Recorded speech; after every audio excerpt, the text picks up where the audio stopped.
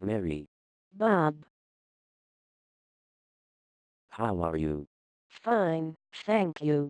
Ooh, I see you have a new gold watch. Yes, my old one got broken. It looks good on you. Was it expensive? Oh yes, it was 24 carats.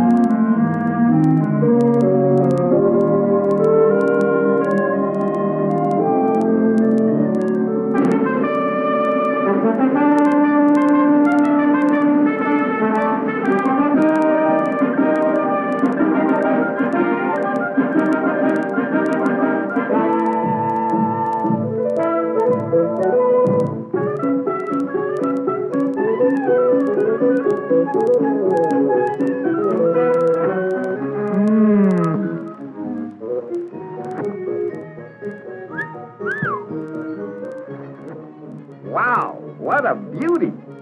By golly, I think I'll buy a new car. Say, Millie, how long have I had the old one? 1 year, 8 months, 14 days, 11 minutes, 43 seconds.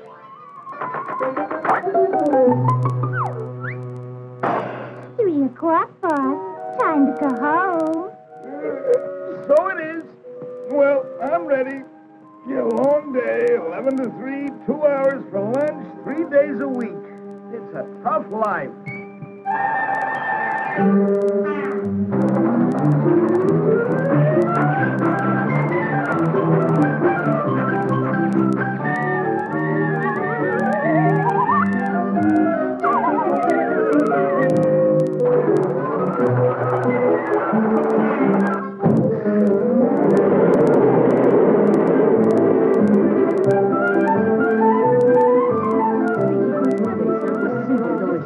I've never eaten anything so fattening in my entire life. Give me license number WJK-412. I did 3 hearts. 3 no trump. I passed. Do you mind if I pass? Certainly not. Go right ahead. Thanks.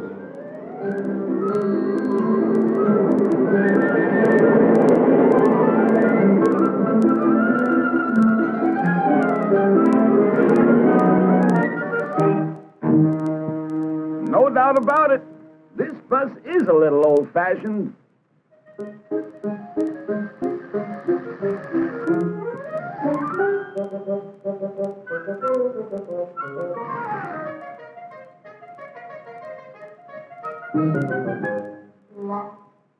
Well, that was delicious.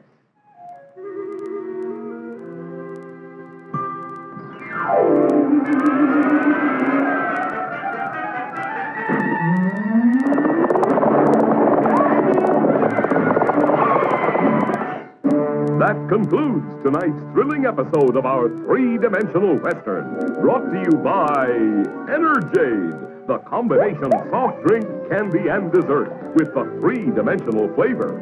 Good, good, good. Buy it at your local market.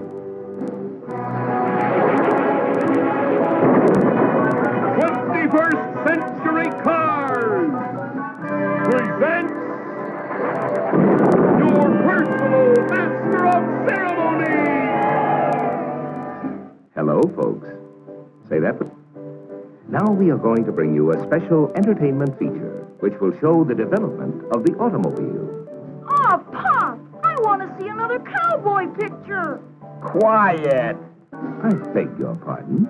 Oh, not you. Say, those new models look terrific.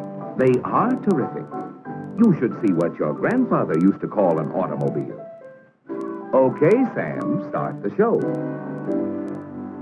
Now, folks, believe it or not, This is actually an automobile. When Grandpa was a 17-year-old hot rodder around the turn of the century, this job was the hottest thing on wheels. Grandpa's newfangled horseless carriage changed his whole life in more ways than one. Motoring was a thrilling experience even in those days. Since there weren't any doors in Grandpa's dreamboat, sometimes it was a little too thrilling.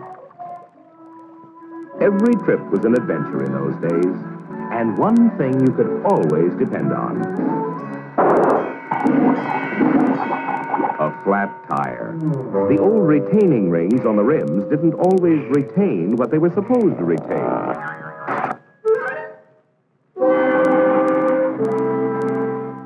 Shock absorbers hadn't been invented yet, and road conditions were ideal for testing the fatigue and failure points of automobiles and drivers. Grandpa's car didn't have much acceleration for passing, so he found himself on the wrong side of the road for longer than he should be.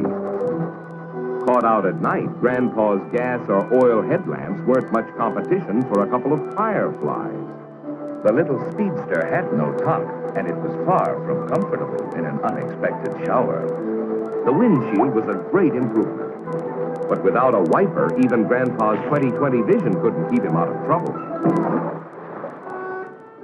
The runabout didn't have a self-starter, and often the 10-horsepower engine didn't respond to the hand crank. Occasionally, even on good roads, individual parts failed without warning. Axles snapped. When drag links and steering knuckles failed, it was hard to tell what might happen.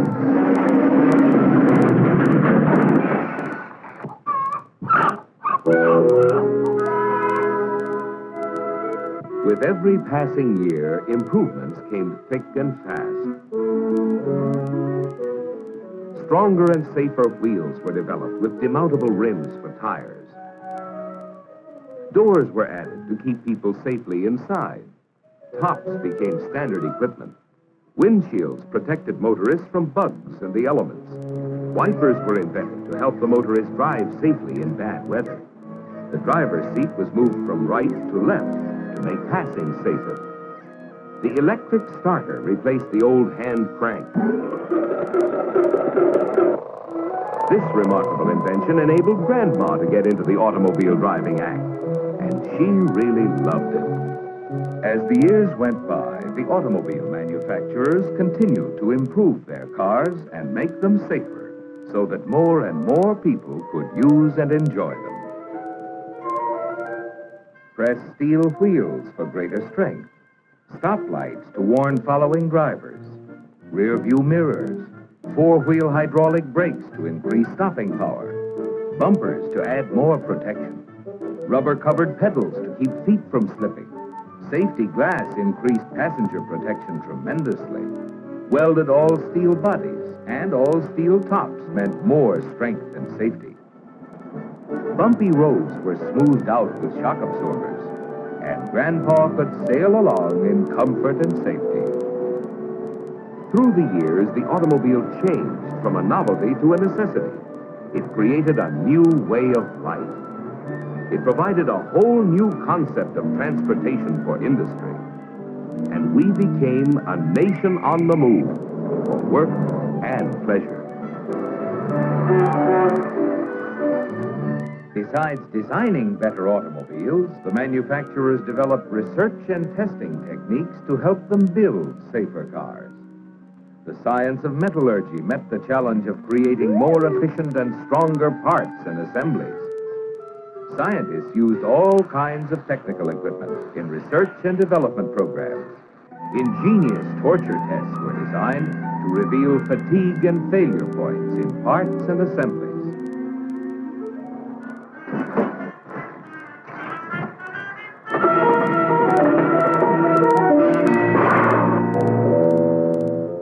And like the parts and assemblies, the cars themselves were tested under all kinds of driving conditions to make sure that they would operate with maximum efficiency and safety.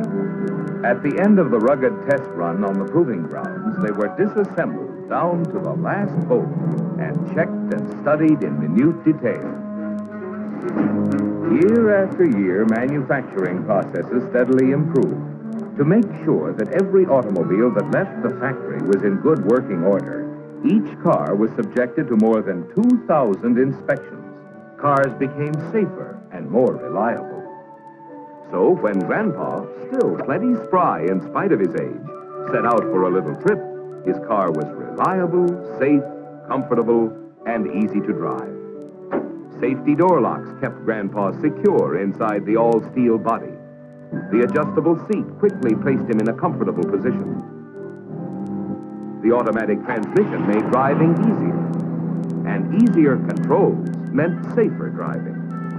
Styling contributed to safety. The low center of gravity gave more stability. Tubeless tires meant increased safety.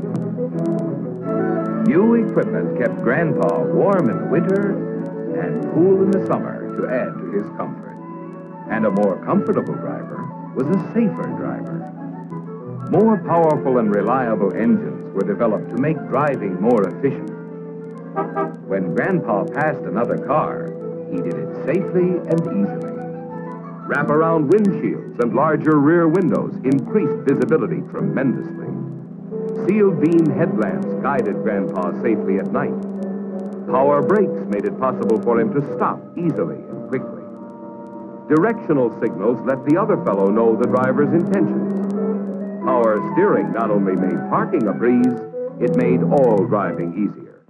Even in the good old days of the 1950s and 1960s, Grandpa could rely on his automobile to get him to his destination quickly, safely, and fresh as a daisy. So you see, folks, all of you who are living in the year 2000 are fortunate, because through the years, the automobile manufacturers have had as their goal your safety first. They have constantly improved the quality and safety of automobiles. And they will continue in the future as they have in the past to create cars that are more maneuverable, more responsive, more dependable in every situation, and easier, more pleasant, and safer for all of us to drive, including, of course, Grandpa. That's the ding-dong truth, folks. Look at me going on 117. It's this easy modern living that does it. Well, so long, kids. Gotta go pick up another new model.